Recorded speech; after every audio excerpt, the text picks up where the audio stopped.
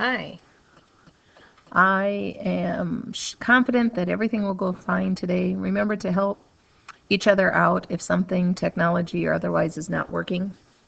So we are going to be reading a story called The Interlopers, and it is written by an author by the name of Saki. Hector Hugh Monroe. He went by a pen name.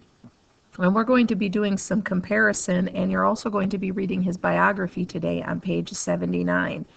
And this is another opportunity that we're going to have to interact with our text and try to figure out what's important and what can we slough off a little bit. But before we do that, we want to go through some of the vocabulary that you have due for today. All right, so here is the first one. Okay, the first word that we have is the word acquiesce. If you acquiesce, you are consenting or agreeing without protest. Okay, so to acquiesce is you agree, reconcile, you yield, you're like, oh, okay, so I'm going to go forward. It is what it is. You've acquiesced. So the word agree is really important. Okay, it's kind of easy to know what the opposite is. It's to disagree or to object or to protest. He would not acquiesce for a surprise party. Okay, so no matter what he did, he would not agree to it. Now remember that if I go too fast, use the pause button. The next word is the word interloper, which is the title of this story.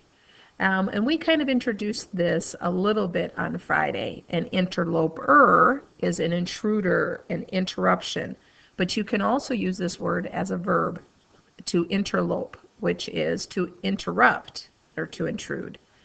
We know that interlopers or illnesses interlope. Weather can be an interloper. If your grades aren't where they need to be, that could be an interloper. And in this story, we're going to be looking at the structure of cause and effect. And this story has a lot of interlopers, a lot of interruptions. Okay. Third word. Again, remember, if I go too fast, use the pause button, is the word endeavor. Endeavor is something that takes a lot of work to get done. It takes a lot of effort. If something comes very easy for you, then that is not something that is an endeavor. So something that requires you to try, to labor, to toil. You will see my graphic there.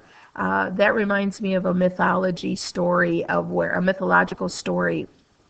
where there was this man that had to push this huge boulder up a hill, and just when he got it to the top of the hill, the boulder rolled back down, and that was his torment for his life. So the opposite of that would be like to be lazy or idle. Okay, so despite their best endeavors, they could not rebuild the house in one day. Too big of a job. Okay. Word number 4 is the word languor. And you're going to start to notice that I have some things that I draw. And it's simply because I remember vocabulary words when I draw or doodle with them. Languor is a weakness or a fatigue. So, if you are lethargic, if you're apathetic, last week Braden Jansen looked very tired, and I could have used the word languor. He could not explain the feeling of languor that made him want to sleep all day. And you'll notice in this example that I have parentheses here. And the reason that I have the parentheses is that if I might be mistaken, but languor is almost always seen in a prepositional phrase. Okay? The opposite of lethargic or apathetic or a Monday morning would be zealous and fervid and enthusiastic. That is not ho-hum like Eeyore. Okay? Our last word is word number 5, and that's reconciliation or reconnect, or like two very odd kissing stick people. Okay? It's when you reconcile, when you have reconciliation, you've come about to peace and harmony. You've come to a compromise. And obviously the opposite of that would be war, argument, or turmoil. All right, you should have your expand your vocabulary done, okay, and we will go through that tomorrow. And right now what the substitute is going to have you do is to read page 79, and I want you to read and locate 3 important facts from reading it. And these should be positive things.